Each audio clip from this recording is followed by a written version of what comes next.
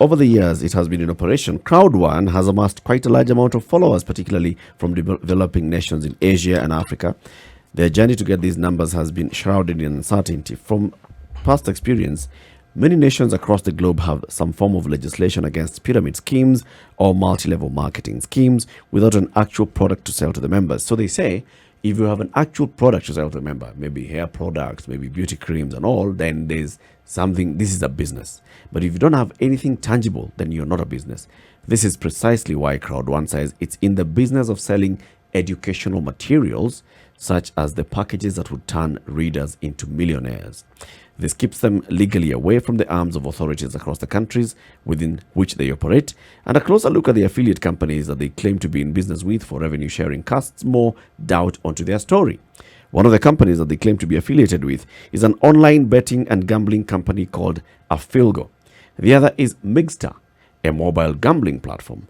Both these two have no worthwhile content on their websites. The information on these sites, which are supposed to generate revenue to be split between Crowd1 and investors, is made up of nothing but blurbs picked up from Wikipedia.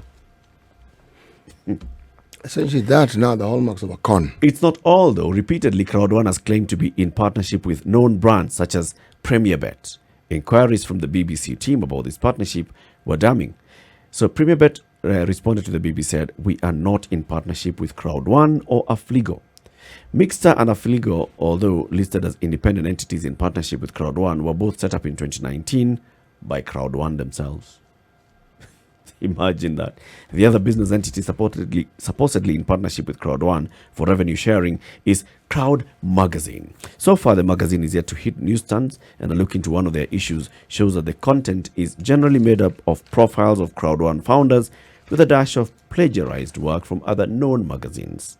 A cursory look reveals that very little effort has gone into the magazine to make it newsworthy in any way, yet it's one of the most pushed products by Crowd1. The other companies in affiliation with Crowd1 follow the same route, made up companies puffed up to appear legitimate.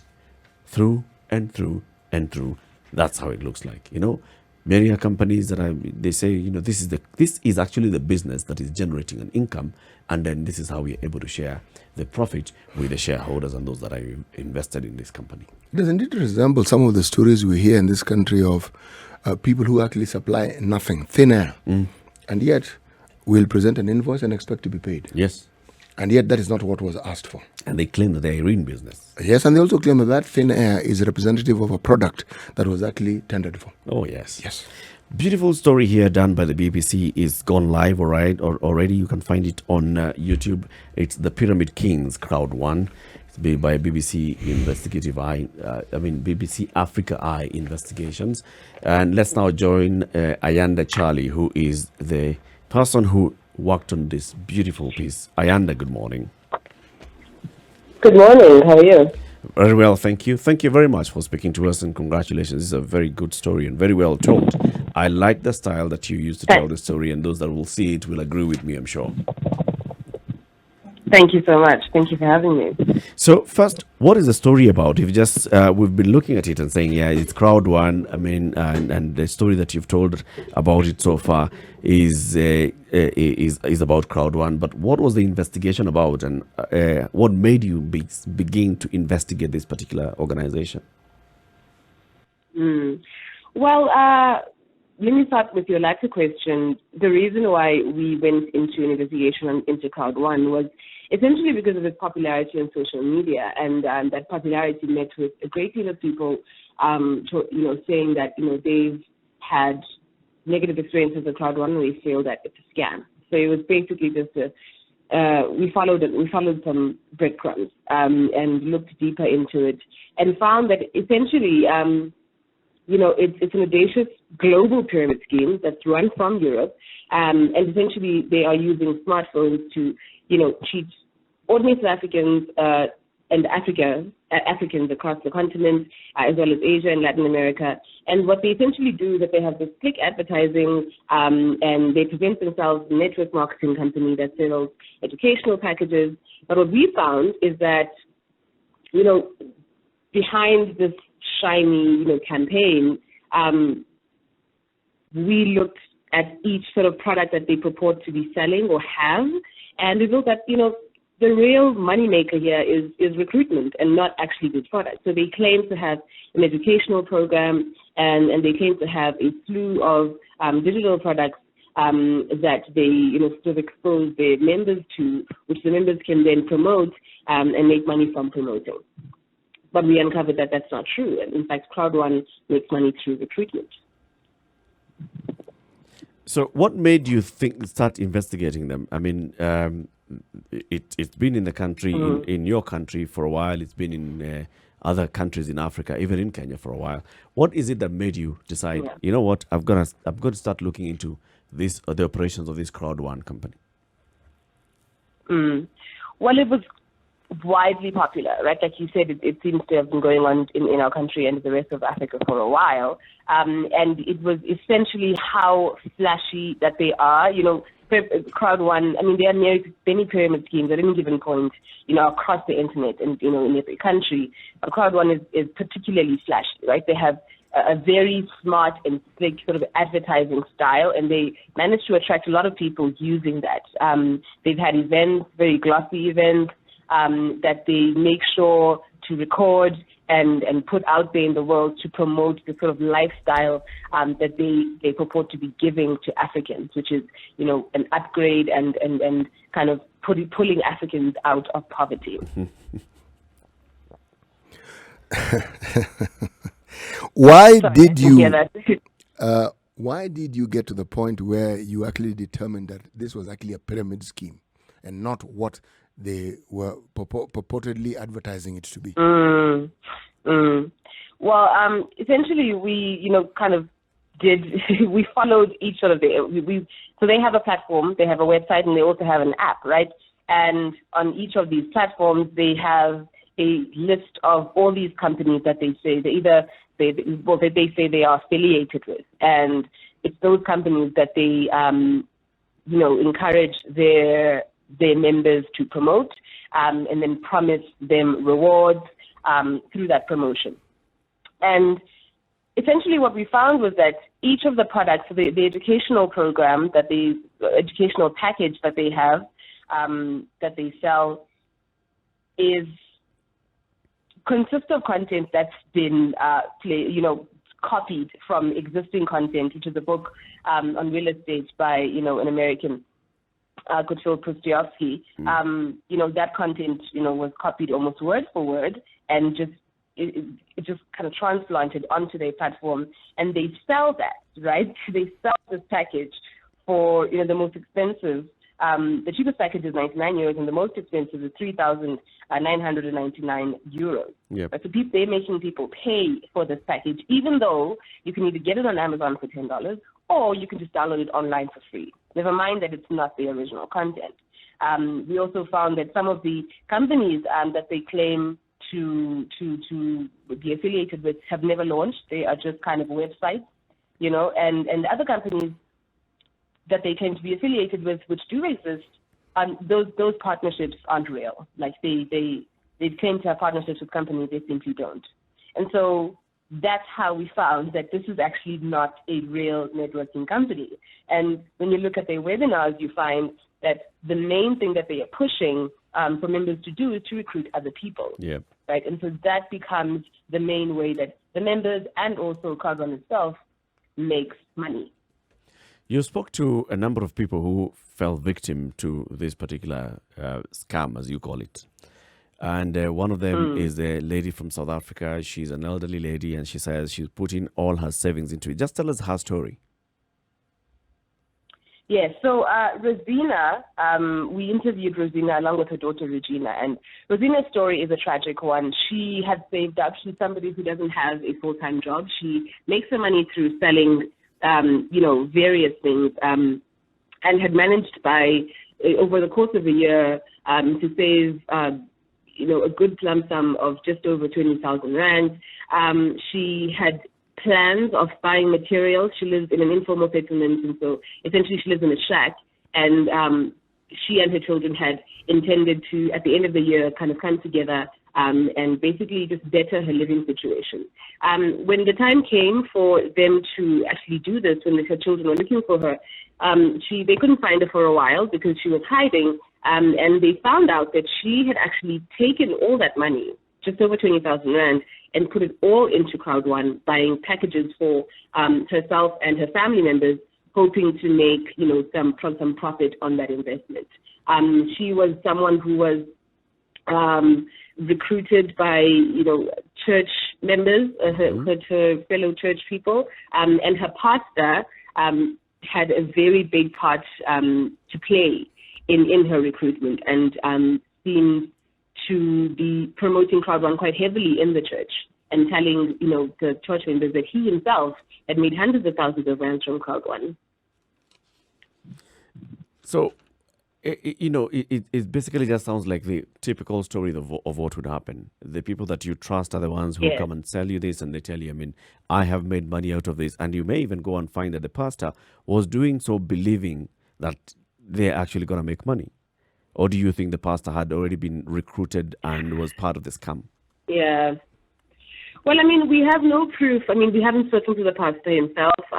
We didn't get his side of the story. He hasn't even really been identified. So we have no way of following up with the pastor and understanding what his motives are. But we are told by Regina and her mom, Rosina and Regina, that the pastor claims to have hundreds of thousands of rands himself, but they had never seen any proof of that, right? So it's either, he actually did, in which case, why wouldn't there be proof that you've made this much money? Or he didn't have any of that money and just hoped to make money by recruiting others and was essentially, selling dreams.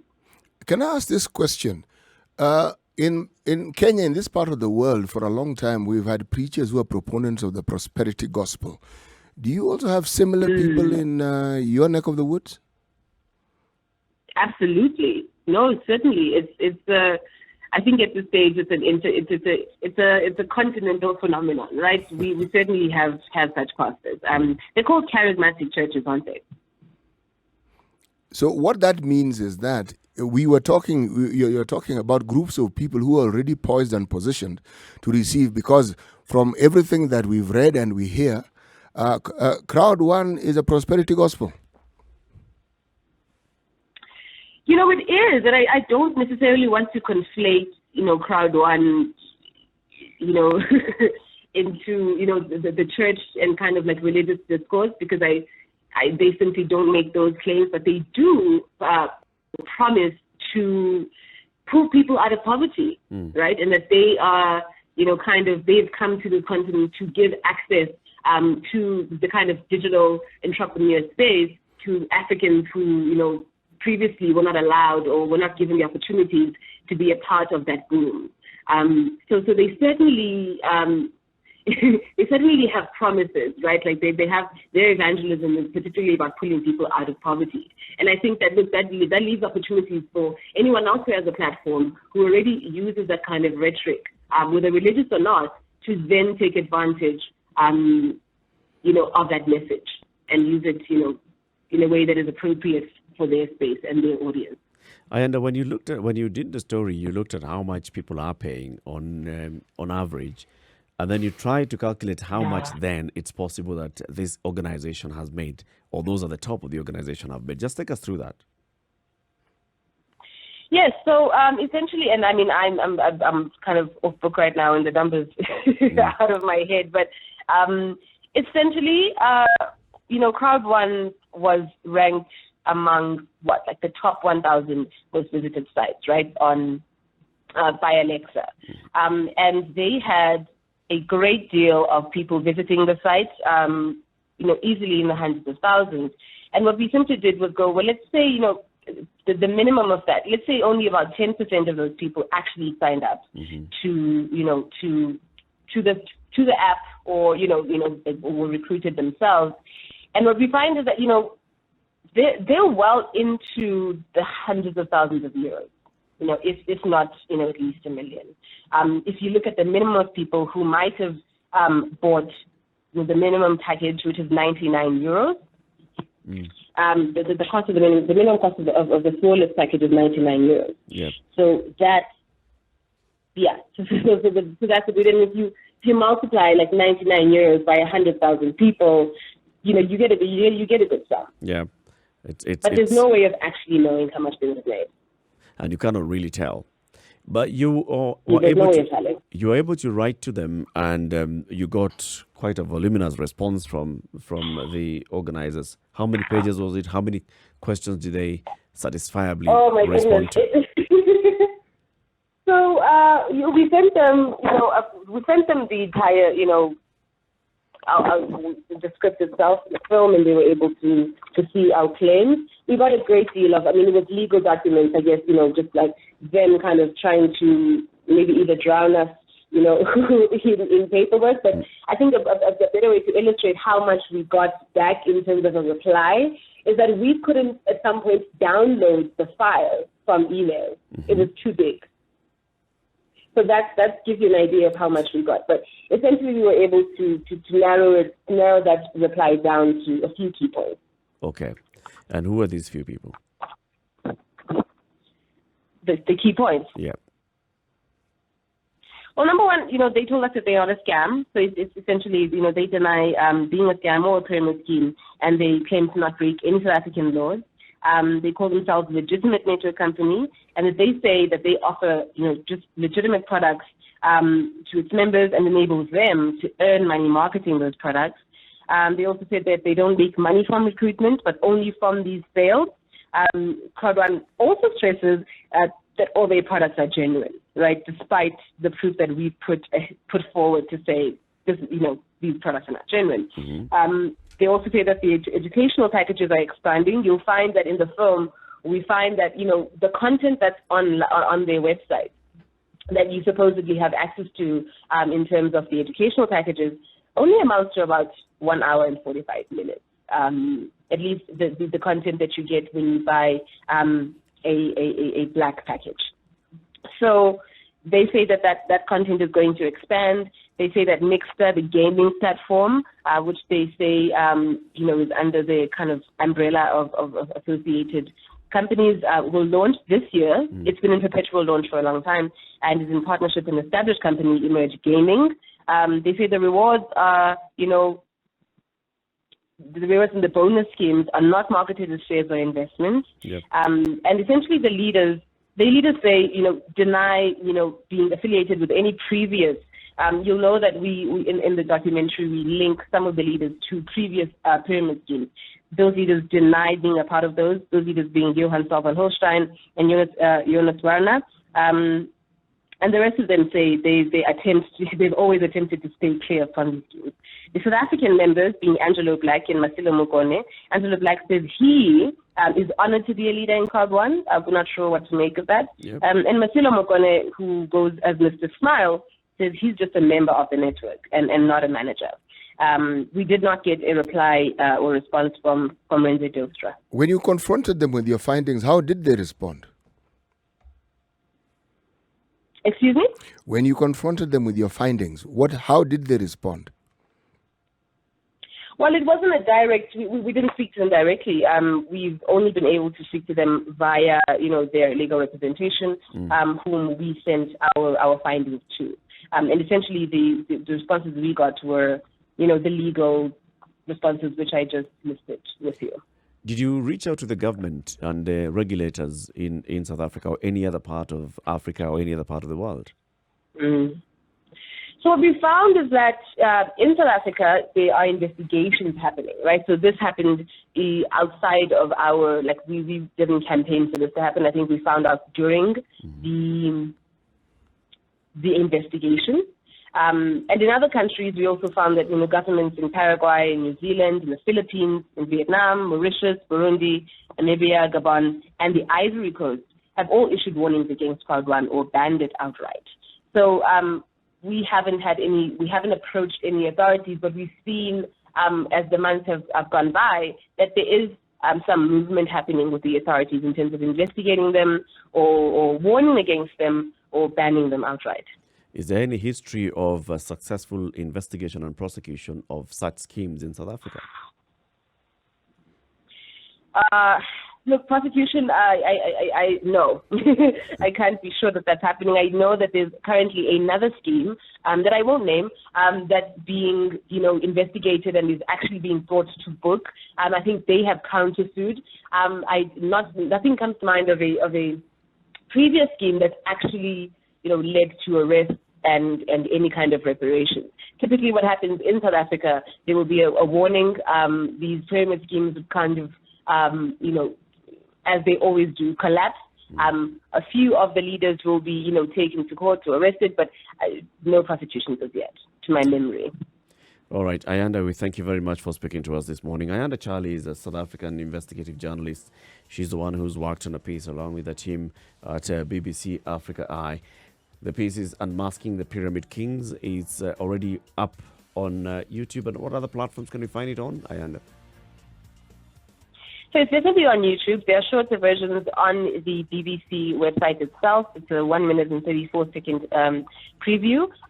There will be other shorter packages coming along from other affiliated sites, but that's to be confirmed. But right now, you can definitely watch it on YouTube.